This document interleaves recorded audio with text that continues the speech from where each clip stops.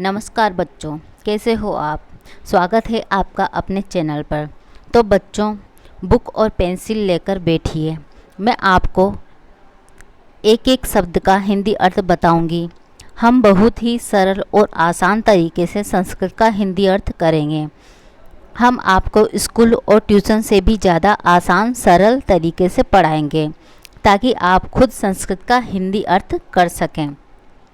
सबसे पहले शब्दार्थ याद कर लीजिए और संस्कृत की एक एक लाइन का 3 बार हिंदी अर्थ कीजिए। ये सब आप वीडियो को स्टॉप कर करके भी कर सकते हैं हमारी वीडियो में। क्या आप जानते हैं बच्चों, सिर्फ एक छोटी सी प्रेरणादायक बात हमारी पूरी ज़िंदगी बदल सकती है।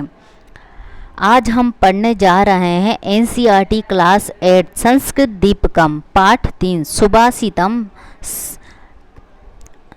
सुभाषित रसम पित्वा जीवनम सफलम कुरु। न्यू बुक 2025 हिंदी अनुवाद और शब्दार्थ के साथ। यह पाठ हमें सिखाता है कि कैसे अच्छे विचारों और ज्ञान को अपनाकर जीवन को सार्थक बनाया जा सकता है। तो चलिए शुरू करते हैं इस अध्याय को आसान हिंदी में समझकर शब्दार्थ और व्याख्या के साथ। तृतीय पाठः तीसरा पाठ सुभाषित रसम पित्वा जीवनम सफलम कुरु। सुभाषित रसम अर्थात सुभाषित रस पित्वा पी करके जीवन को सफल कुरु कीजिए। सुभाषित रस को पी करके जीवन को सफल बनाइए। बच्चों, इसके शब्दार्थ हमने पार्ट 1 में कंप्लीट कर लिए थे और पार्ट 1 में हमने ये चैप्टर यहाँ तक कंप्लीट कर लिया था। अब नेक्स्ट श्लोक चलेगा। अब हम पढ़ेंगे ये वाला श्लोक। यथा चतुर्भिः कनकं परीक्ष्यते निघर्षण छेदन ताप ताड़ने तथा चतुर्भिः पुरुषः परीक्ष्यते कुलेन शीलेन गुणेन कर्मणा। अब ये इसका पदच्छेद है, मतलब इसको और भी सरल भाषा में किया गया है संस्कृत को। यथा चतुर्भिः कनकं परीक्ष्यते निघर्षण छेदन ताप ताड़नेः तथा चतुर्भिः पुरुषः परीक्ष्यते कुलेन शीलेन गुणेन कर्मणा। और ये इसका अन्वय है। ये इसको और भी ज़्यादा सरल भाषा में कर दिया है। यथा निघर्षण छेदन ताप ताड़ने चतुर्भिः उपाय कनकम परीक्ष्यते तथा कुलेन शीलेन गुणेन कर्मणा च चतुर्भिः पुरुषः परीक्ष्यते। और ये इसका भावार्थ है। स्वर्णकारः स्वर्णस्य शुद्धताम् आकलयितुम् आदौ निकषप्रस्तरे निघर्षणं करोति। स्वर्णकारः स्वर्णस्य सोने की शुद्धता आकलयितुं जांचने के लिए आदौ पहले निकषप्रस्तर पर पत्थर पर निघर्षणं करोति, निघर्षणं घिसता करोति करता है। अर्थात सोनार सबसे पहले सोने की शुद्धता देखने के लिए जांचने के लिए वह निकस पत्थर पर उस सोने को घिसता है। तदंतरम तस्य सुवर्णस्य कर्तनं करोति। तदंतरम उसके बाद तस्य उसका सुवर्णस्य सोने का कर्तनं काटता करोति करता है। तदंतरम उसके बाद उस सोने को वह काटता है। सोनार उसके बाद क्या करता है, उस सोने को काटता है। ततः अग्निना दाहयति। ततः उसके बाद अग्निना अग्नि में दाहयति जलाता है।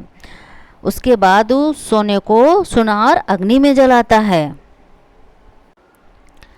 अन्ते सुवर्ण खंडे प्रहारम करोति।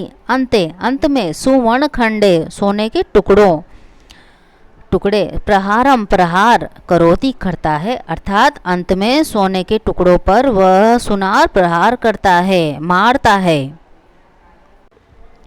एभिः चतुर्भिः प्रकारैः परीक्ष्य सुवर्णस्य पूर्णशुद्धतां ज्ञातुं शक्नोति। एभिः इन चतुर्भिः चारों प्रकार परीक्ष्य परीक्षा सुवर्णस्य सोने की पूर्ण शुद्धता ज्ञातुम जान शक्नोति सकता है।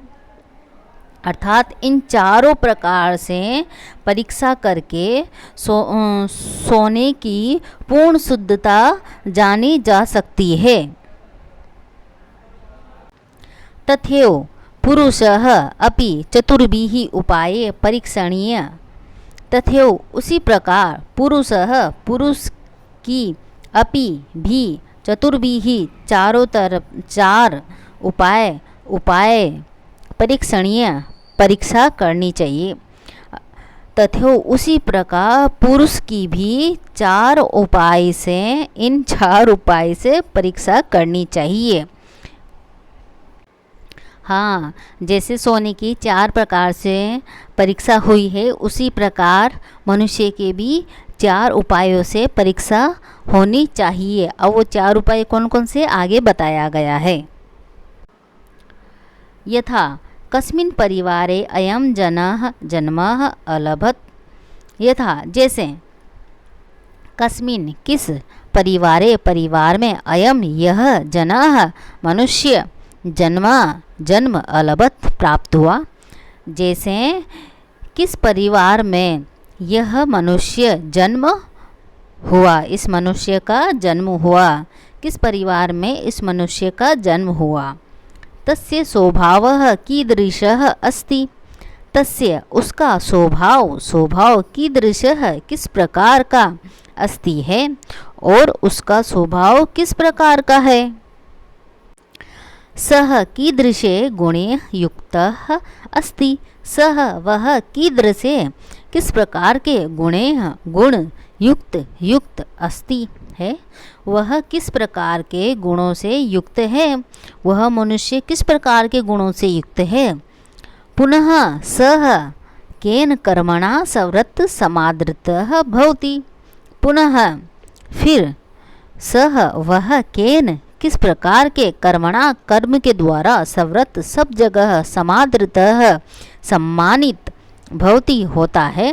अर्थात फिर उसके बाद वह किन कर्म से सब जगह सम्मानित प्राप्त करता है, ऐसे कौन कौन से कर्म करता है, ऐसे कौन कौन से कार्य करता है जिससे उसका सब जगह सम्मान प्राप्त करता है, वो सब जगह सम्मान होता है उसका। एषु निक्षेषु परीक्षे एव तस्य व्यक्तित्वं ज्ञातुं शक्यते। एषु इन परीक्षेषु मानदंडों परीक्षा एव निश्चित तस्य उसके व्यक्तित्व को ज्ञातुम जान सकते हैं। इन मानदंडों पर परीक्षा होकर ये ही उसके व्यक्तित्व की जानकारी प्राप्त हो सकती है। अर्थात इन चार मापदंडों पर परीक्षा होकर के ही उस मनुष्य के व्यक्तित्व को जाना जा सकता है कि वह इंसान अच्छा है या बुरा है।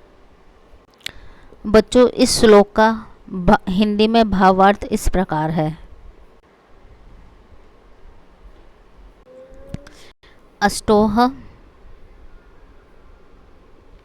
अष्टोह गुणाः पुरुषं दीपयन्ति प्रज्ञा च कौल्यं च दमः श्रुतं च पराक्रम बहुभाषिता च दानं यथाशक्ति कृतज्ञता च। इसका परिच्छेद इस प्रकार है। अष्टो गुणाः पुरुषं दीपयन्ति प्रज्ञा च कौल्यं च दमः श्रुतं च पराक्रमः च अबहुभाषिता च दानं यथाशक्ति कृतज्ञता च।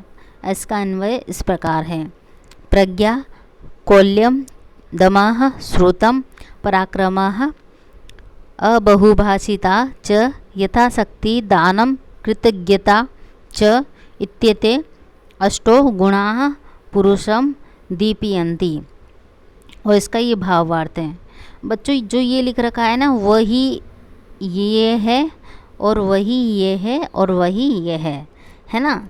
ये परिच्छेद अन्वय भावार्थ ये सेम है, बस ये है कि इससे ज़्यादा ये परिच्छेद में एक एक शब्द कर दिया और सरल, और इससे ज़्यादा सरल ये अन्वय में कर दिया है ना, और इससे ज़्यादा सरल ये भावार्थ में कर दिया। ठीक है सारे संस्कृत में, लेकिन इसको सरल सरल और भी सरल कर दिया है। अब हम पढ़ेंगे भावार्थ। अष्टभिः गुणैः युक्तः मानवः सर्वदा समाजे सम्मानं प्राप्नोति। अष्टभिः 8 गुणैः गुण युक्त मानव सर्वदा हमेशा समाजे समाज में सम्मान प्राप्नोति प्राप्त करता है। अर्थात 8 गुणों से युक्त मानव इंसान सर्वदा हमेशा समाज में सम्मान प्राप्त करता है। 8 गुणों से युक्त मनुष्य हमेशा समाज में सम्मान प्राप्त करता है। अब वो 8 गुण कौन कौन से हैं नीचे बताया गया है आगे।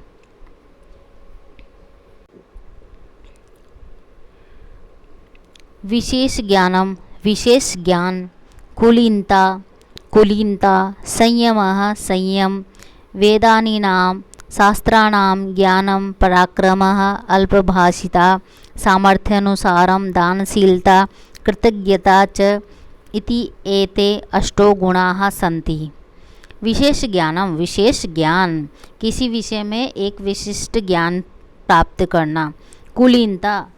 कुलीन हो मतलब अच्छे कुल से हो, पीढ़ी दर पीढ़ी अच्छा कुल हो, किसी तरह की उसके कुल में उसके वंश में बुराइयां नहीं होनी चाहिए। संयम हो है ना, और ताकि वो हर किसी चीज़ में अपना कंट्रोल खुद कर सके।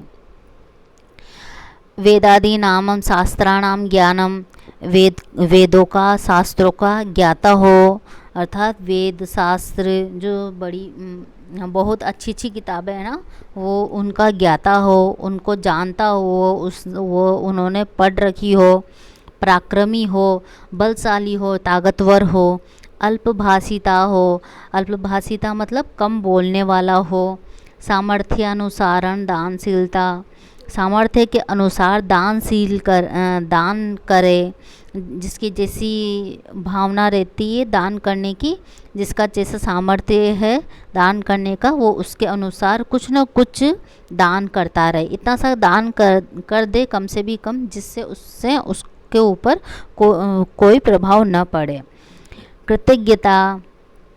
कृतज्ञ हो, अर्थात कोई उसके लिए अच्छा कर देना तो उसको वह माने उस चीज़ को कि इस इंसान ने मेरे लिए ये अच्छा काम किया था, अर्थात महसूस करे।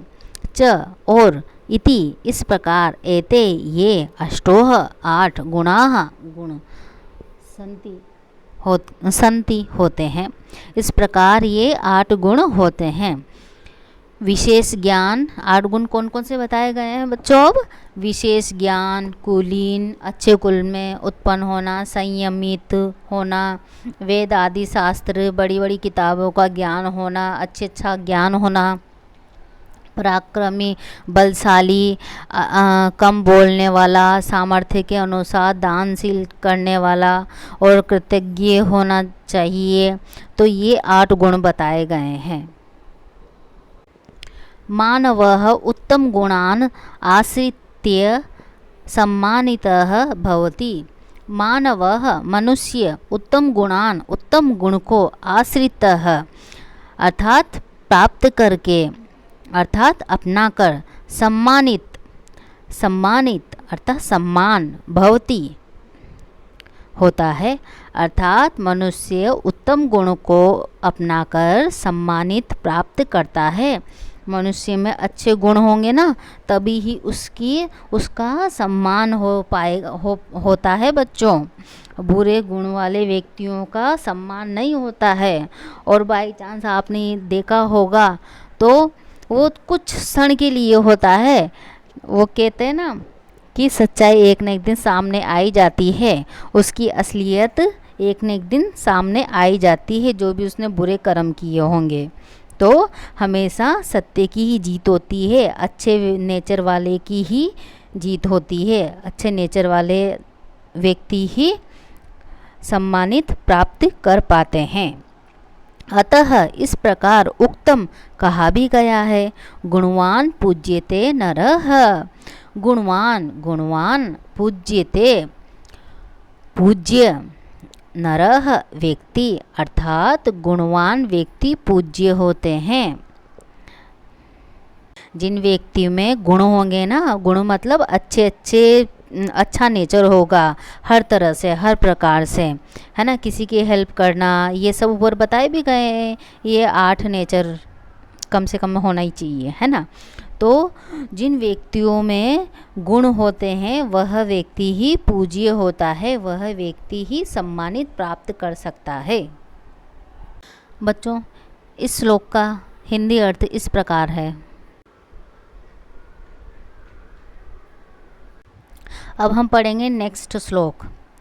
न सा सबा यत्र न सन्ति वृद्धाः, वृद्धा न ते ये न वदन्ति धर्मम्, धर्मः स नो यत्र न सत्यमस्ति, सत्यम न तद्यच्छल छलम अभ्युपेति।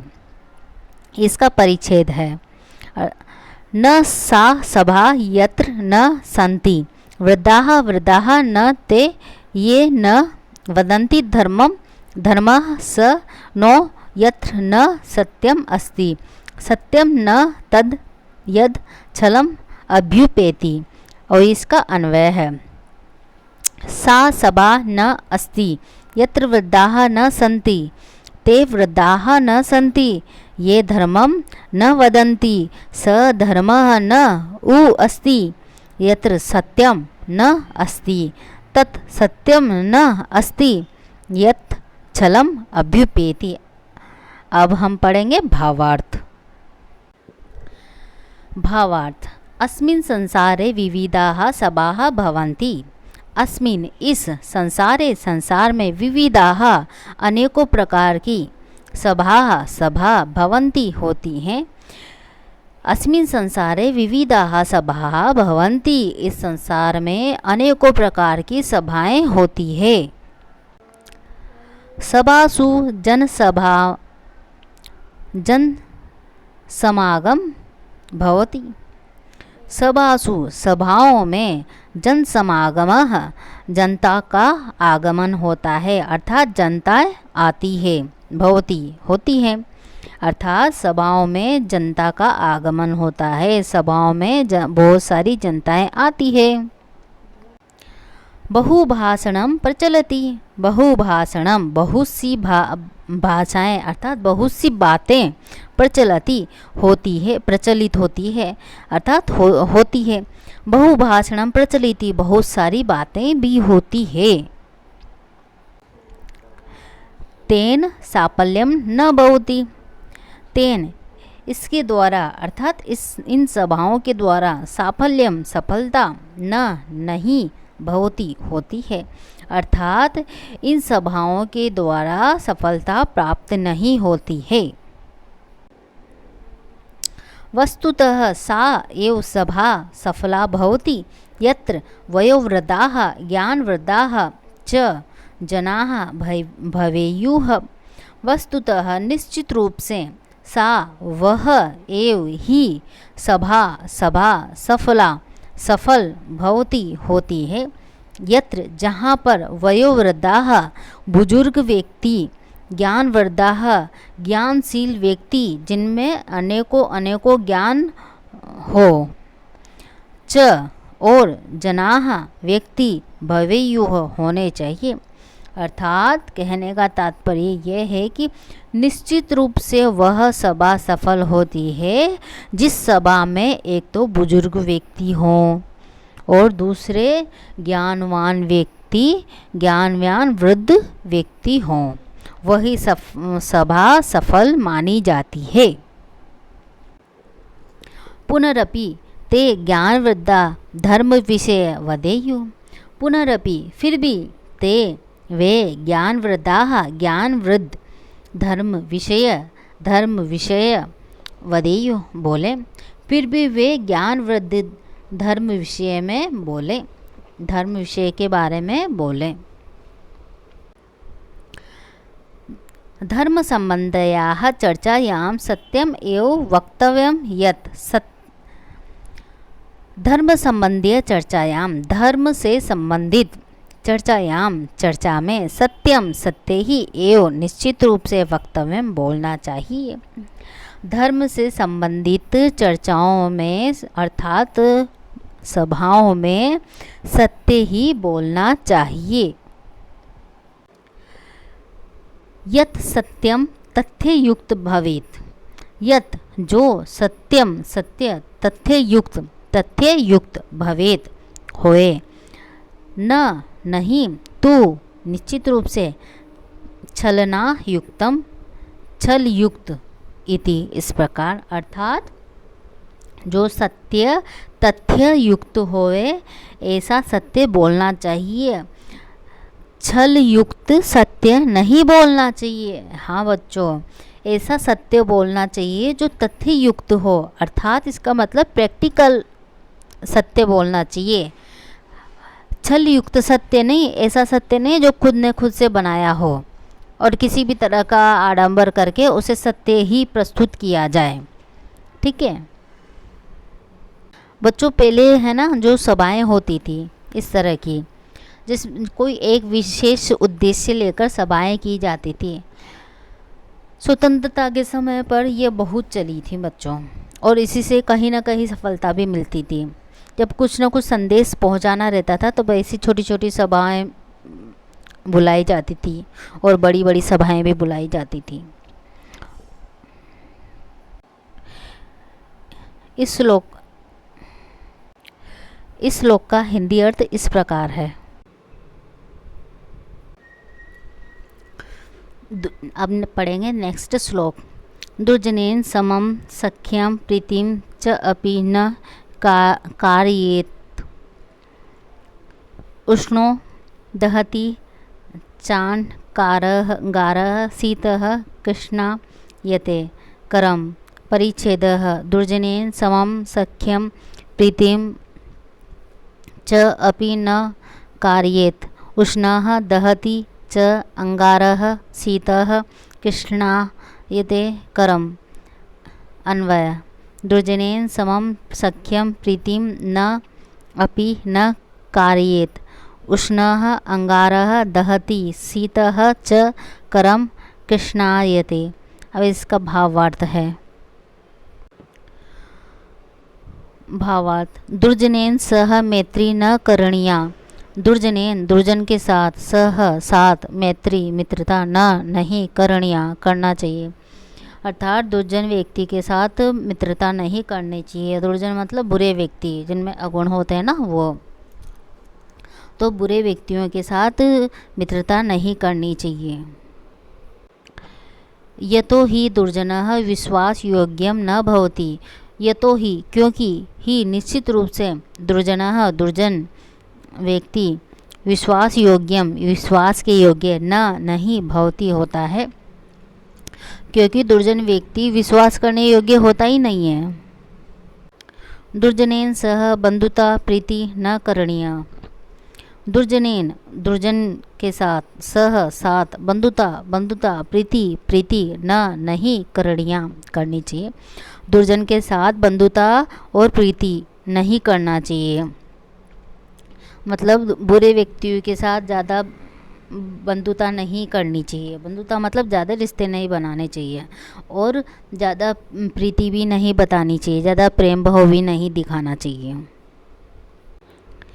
यतः क्योंकि, तस्य उसके, दुर्जनस्य दुर्जन के, मुखे मुख में, माधुर्यम मधुरता, परम लेकिन, हृदय में, कपटता भवती होती है। अर्थात क्योंकि उस दुर्जन व्यक्ति के मुख में तो मधुरता होती है, परंतु हृदय में कपटता होती है। ऐसे ऐसे दुर्जन व्यक्तियों के मुख में तो मधुरता होती है, लेकिन हृदय में कपटता होती है। मुंह से तो बड़ी अच्छी अच्छी बातें करते हैं दुर्जन व्यक्ति, है ना, और उसके मन में कुछ और ही गलत चलता रहता है। वो बोलते हैं ना, खाक में छुरी नहीं, मुंह में मिश्री और बगल में छुरी। तो बच्चों ये सत्य है, आप खुद प्रैक्टिकल करके देखना। बहुत अच्छी अच्छी बातें हैं बच्चों जो आपके जीवन में बहुत काम आएंगी, और ये 100% सत्य बातें हैं जो आपके जीवन में काम आएगी। आप इनको अपना लोगे तो जीवन में आगे बढ़ जाओगे। आपको प्रैक्टिकल करने की ज़रूरत नहीं पड़ेगी, वो कहते हैं ना, ठोकर खाने की ज़रूरत नहीं पड़ेगी। अंगारः उष्णः भवति चेत तापेन करम ज्वालयति। अंगारः, अंगारा कोयला होता है ना, उसको अंगारा कहा गया है, काला कोयला। उष्णः गर्म होता, भवति होता है, चेत तो तापेन तप से, अपनी गर्म से, करम कर को अर्थात हाथ को, ज्वालयति जला देता है। अंगारा क्या करता है? अंगारा अगर गर्म होता है तो वह हाथ को तो उसके तप की वजह से, उसकी गर्माहट की वजह से हाथ को जला देता है। पुनः यदि सह अंगारः शीतलम अस्ति तथापि हस्तं मलिनं करोति। पुनः फिर यदि सह वह अंगारः, अंगारा काला कोयला, शीतलः शीतल अर्थात ठंडा, अस्ति होता है, तथापि फिर भी हस्तम हाथ को, मलिनम गंदा, करोति करता है। वह अंगारा अगर ठंडा होगा तो वो हाथ को मलिन कर देगा, अर्थात काला कर देगा ना हाथ को। अर्थात काला कोयला अगर गर्म रहता, गर्म को हाथ में लेंगे तो हाथ को जला देगा, और ठंडे को हाथ में लेंगे, उसी काले कोयले को ठंडे को हाथ में लेंगे तो हाथ को मलिन कर देगा, अर्थात हाथ को काला कर देगा। तथैव दुर्जनः सर्वदा एव अनिष्टं करोति कारयति च। तथैव उसी प्रकार दुर्जन सर्वदा हमेशा एव ही अनिष्ट करोति करता है, कारयति और च, कारयति करवाता है, च और। उसी प्रकार दुर्जन हमेशा अनिष्ट करता है या फिर करवाता है, मतलब दूसरों से करवा देता है। दुर्जन व्यक्ति है ना, जो बुरे नेचर वाले व्यक्ति होते हैं, या तो खुद ही अनिष्ट कर देंगे किसी अच्छे इंसान का, है ना, या फिर खुद नहीं कर पाए तो किसी और से करवा देंगे। अतः विद्यायाः अलंकृतो अपि दुर्जनः परिहर्तव्यः। अतः इसीलिए विद्या से अलंकृतो अपि, अलंकृत भी, दुर्जन परिहर्तव्यः त्याग करना चाहिए। अर्थात इसीलिए विद्या से अलंकृत होने पर भी उसमें कितनी ही वह पढ़ा लिखा हो, कितना ही ज्ञान का भंडार उसमें हो, ऐसा दुर्जन व्यक्ति को भी त्याग देना चाहिए। तो बच्चों इस श्लोक में बताया गया है, इसका भावार्थ यह है कि अच्छे व्यक्ति में कम गुण भी होना तो भी चलेगा, अर्थात उन व्यक्तियों के साथ उठना बैठना, मिलना मिलाना, ये सब होना चाहिए। और बुरे व्यक्ति में अगर बहुत सारे गुण हो, वो गुणों का ही भंडार क्यों न हो, लेकिन उसके बावजूद भी बुरे व्यक्तियों के साथ उठना बैठना नहीं चाहिए, अर्थात उनके साथ नहीं रहना चाहिए, क्योंकि एक न एक दिन वह उसके अंदर जो नेचर भरा हुआ है वह दिखाएगा ही आपको अपना बुरा स्वभाव। बच्चों इस श्लोक का हिंदी में भावार्थ इस प्रकार है नेक्स्ट श्लोक इस प्रकार है। यथा ह्राकेन चक्रेण न रथस्य गति भवेत् एवं पुरुषकारेण विना देवं न सिद्ध्यति। इसका परिच्छेद। यथा ही एकेन चक्रेण न रथस्य गतिः भवेत् एवं पुरुषकारेण विना देवं न विद्यति। अन्वयः।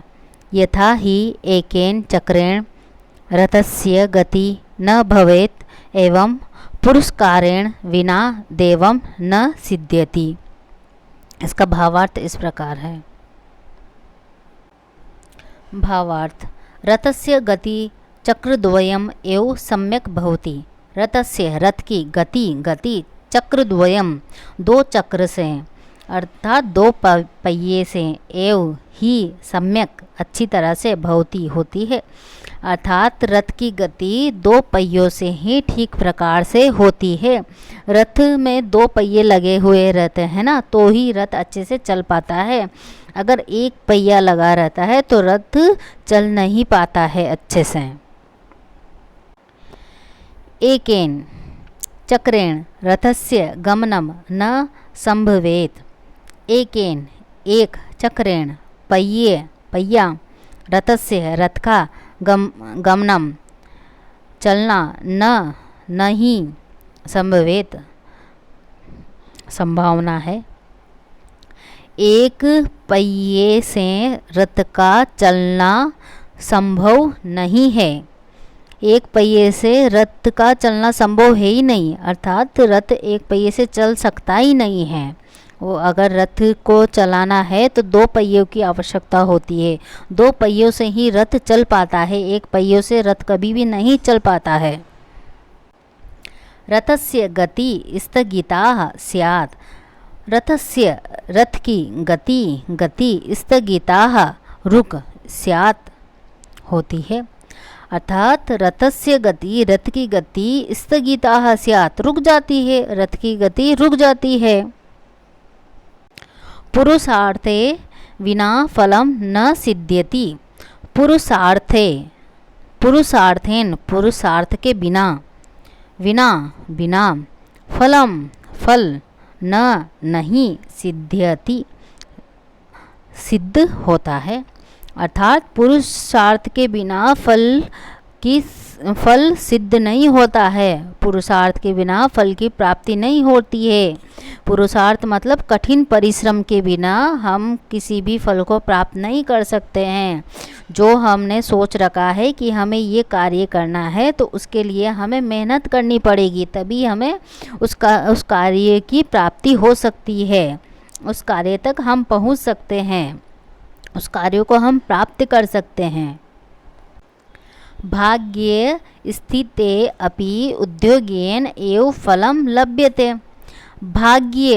भाग्य स्थितो अपि होने पर भी उद्योग से एव ही फल की लभ्यते प्राप्त होता है। भाग्य स्थित होने पर भी उद्योग से ही फल की प्राप्ति हो पाती है।